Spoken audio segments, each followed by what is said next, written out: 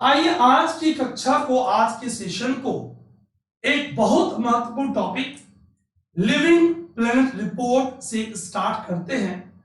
सवाल ये बनता है कि लिविंग प्लेनेट रिपोर्ट 2022 हाल ही में जारी की गई। बहुत ध्यान से आप स्क्रीन पर देखें।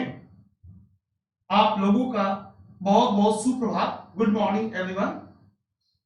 रोज सुबह मैंने आपसे वादा किया था कि 2 अप्रैल से हम लोग रोज सुबह 8 बजे मिलेंगे, ताकि हम जो टॉपिक्स मैंने आपको कल वाली क्लास में दिखाए थे वो टॉपिक्स हम लोग पूरा कर पाए। तो मुझे उम्मीद है कि आप लोग उसके लिए बिल्कुल तैयार होंगे। जरा एक बार कमेंट सेगमेंट में मुझे आप बता दो कि ऑडियो वीडियो फाइन है। मैं आप कमेंट चेक कर रहा हूं, ऑडियो वीडियो फाइन है, यस और no. Thanks. Living planet report LPR किस संस्था ने जारी किया, किनके सहयोग से? ये 2 वर्ष में एक बार जारी की जाने वाली रिपोर्ट है। अगली रिपोर्ट वर्ष 2024 में आएंगी। तो जितने हम इधर एक साल में एग्जाम देंगे, हमें यही रिपोर्ट पढ़नी है। नंबर 1। नंबर 2, अगर इस रिपोर्ट की बात करें तो मुख्य चिंता और चर्चा का विषय क्या है? कशेरुकी जंतुओं की बात करें तो ज्यादा प्रभाव किन क्षेत्र के कशेरुकी जंतुओं पे पड़ा है? कैरिबियाई क्षेत्र क्यों, लातिन अमेरिका क्यों ज्यादा चर्चा में है? अन्य महाद्वीपों की स्थिति क्या है? हम सारे महत्वपूर्ण तथ्यों पे एक एक करके आइए बात करते हैं। मैं अजीत तिवारी आपका अपने YouTube channel GS by ATS Hindi पे बहुत बहुत स्वागत करता हूं। आशा करता हूं आपकी पढ़ाई सही चल रही होगी। मुझसे जो योगदान बन पड़ेगा मैं आपके लिए अवश्य करूंगा। लिविंग प्लेनेट रिपोर्ट 2022 में वैश्विक वन्य जीव आबादी में भारी गिरावट आई है। ये भारी गिरावट एक चिंता का विषय है। अभी हम देखेंगे किन किन क्षेत्रों में गिरावट कैसे कैसे दर्ज की गई। Living planet report 2022 WWF world wild life fund और सहयोग zoological society of London ZSL का एक संयुक्त प्रयास है। मतलब LPR शॉर्ट में बोलते हैं हम, लिविंग प्लेनेट रिपोर्ट 2022। अगली रिपोर्ट मैंने बताया कि 2 साल बाद 24 में जारी होंगी।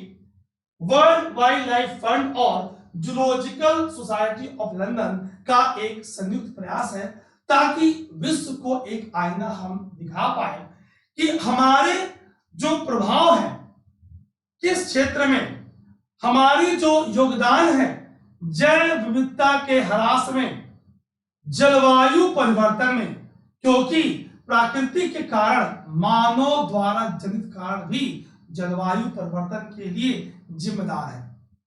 हरित गृह गैसों का बढ़ता हुआ उत्सर्जन चिंता का घोर विषय है। अभी भी कोल पे ऊर्जा के लिए हमारा आश्रित होना चिंता का विषय है। ठीक, बात करेंगे इस पे स्टेप बाय स्टेप। 50 वर्षों में यह रिपोर्ट हमें बताती है कि वन्य जीवों की आबादी में इतने प्रतिशत की भारी गिरावट आई।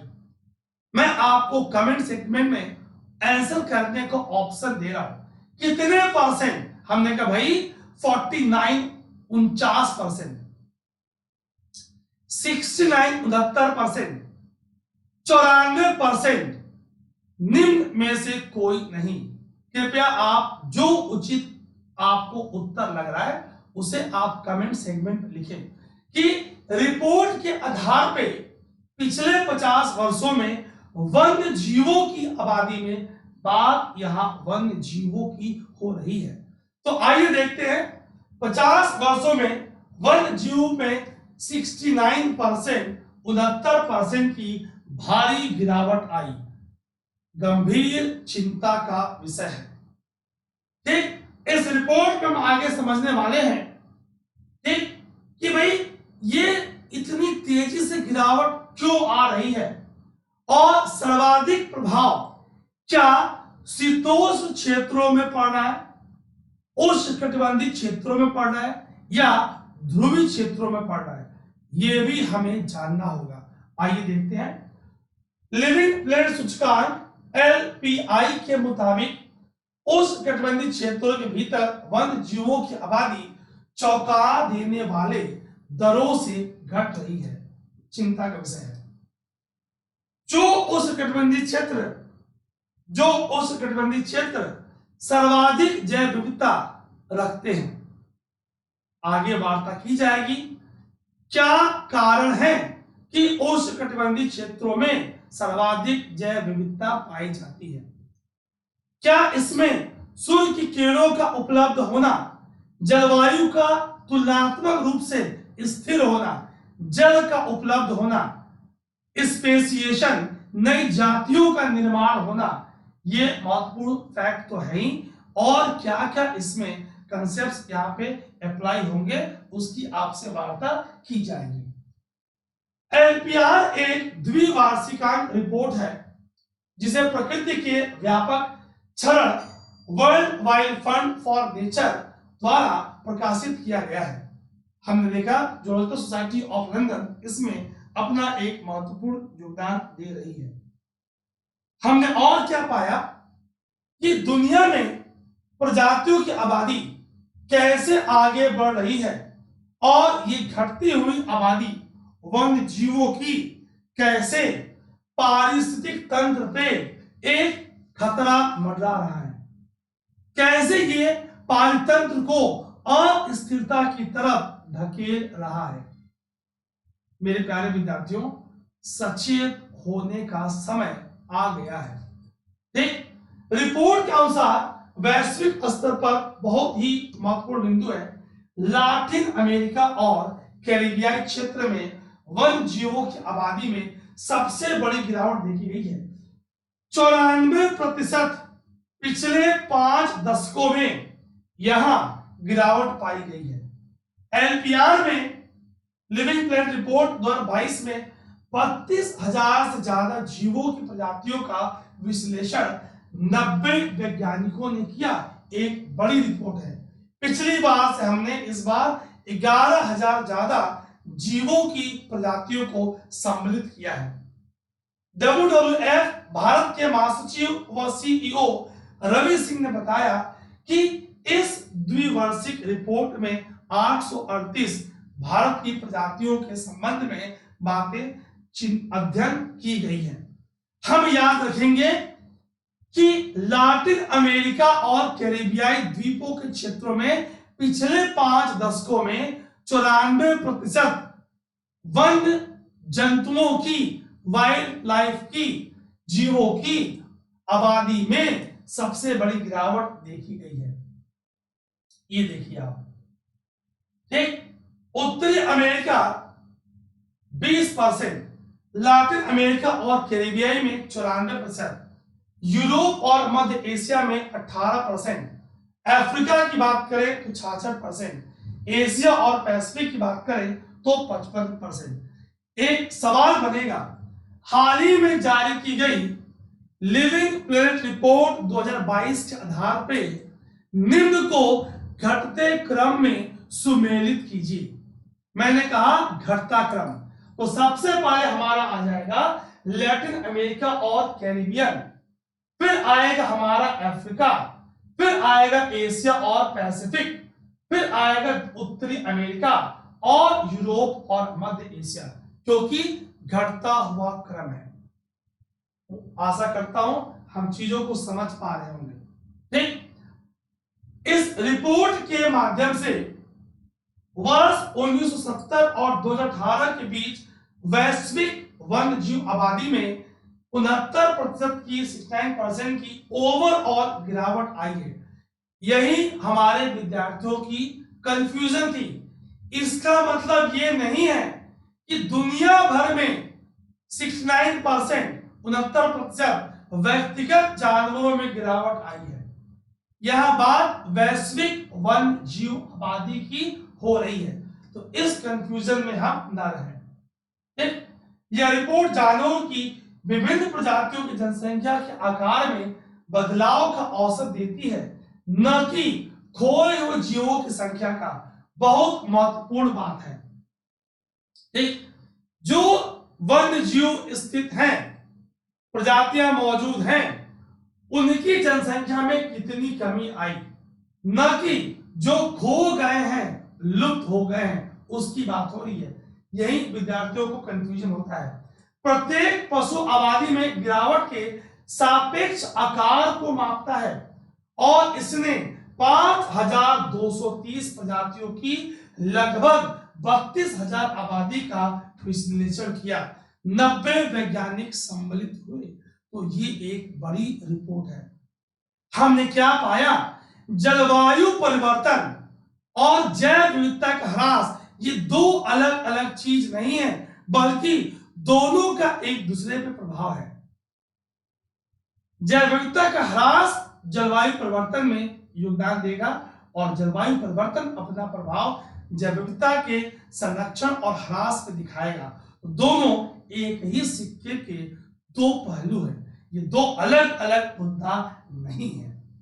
दुनिया भर में घटती वन्य जीव आबादी की एक व्यापक तस्वीर प्रदान करने के अलावा रिपोर्ट ने जैव विविधता के नुकसान और जलवायु संकट को दो अलग अलग मुद्दों के बजाय एक के रूप में निपटने के महत्व पर भी प्रकाश डाला है।